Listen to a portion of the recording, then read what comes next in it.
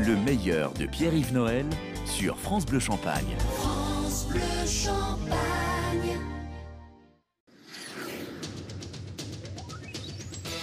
Le best-of de la vendange de l'actualité avec Pierre-Yves Noël en public depuis l'Apostrophe. Nous sommes place d'Erlon à Reims. Jeudi 16 juin, c'était le jour du coup d'envoi du bac. Alors souvenez-vous, les candidats ont planché sur l'épreuve de philo. Mais alors, qui étaient les auteurs des sujets? Ce serait pas vous, Guy Bedos? Non mais attendez, on s'en fout complètement des auteurs du sujet du bac. C'est vrai quoi.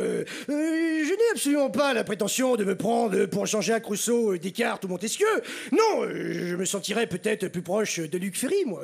C'est un petit côté faux cul, comme ça, philosophe. En tous les cas, si c'est cet ancien ministre de l'Éducation nationale qui a rédigé les questions, on est mal barré. Et pourquoi vous dites ça? Ah bah parce que de vous à moi, on n'est pas prêt de connaître les réponses. Ferry, il sait toujours tout sur tout, mais il dit jamais rien. Merde! À Lille, les steaks contaminés ont été fabriqués par la société Seb à Saint-Dizier, dans la Haute-Marne. Alors les steaks étant vendus sous la marque Steak Country, nous sommes allés enquêter auprès du fabricant, un ancien béret vert américain. Bonjour John Rambo. Bonjour colonel Trotman. En fait, cette histoire, c'est une véritable boucherie.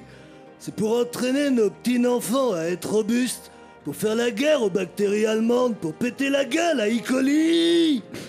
Parce qu'il y a au moins 4 façons de succomber à une contamination. La première, pendant l'abattage et le découpage de l'ennemi, si la paroi intestinale se perfore et qu'elle contamine les muscles. La deuxième, dans l'abattoir au poteau de torture, les conditions d'hygiène actuelles ne permettent pas de garantir l'absence de la bactérie. Et la troisième, si la chaîne du froid est rompue et que la viande est pourrie. Et la quatrième, lors de la cuisson, si l'une des parties de l'ennemi et surtout son cœur n'atteint pas les 70 degrés. Alors là, faut le cuisiner au lance-flamme. Alors si après avoir bouffé du steak, de la barbaque, du niakoué, quoi, si après tout ça, nos petits-enfants sont toujours vivants, bah, ça veut dire qu'ils sont assez robustes pour faire la guerre contre les Viet, mon colonel. Mon colonel! Oui, Rambo. Seb, c'est bien. Le procès de l'eurodéputé José Bové, poursuivi pour avoir saccagé 2 parcelles de maïs OGM, s'est ouvert sur une chanson de Charles Aznavour. L'OGM, c'est de la merde organisée. L'OGM, les juges peuvent dire que ça sent mauvais. Une agence de notation a encore abaissé de 3 crans la dette de la Grèce à long terme. Ça va être dur pour les Grecs, hein, Fabrice Lucchini. Non mais Nicolas, ça c'est hallucinant ce que vous venez de me demander là. Vous vous rendez compte le sens de votre question? Est-ce que ça va être dur pour les Grecs? Ça c'est énorme ça, non? Bien sûr que oui, car pendant que la Grèce se dégraisse, les grandes banques mondiales s'engraissent, à tel point qu'entre les prêts et les agios de la Grèce, il ne restera plus que les os. Alors là, je vous l'accorde, c'est pas du Molière, non, c'est ce que j'appellerais plutôt de l'alimentaire. Ça y est, je crois que je pense à Fernande.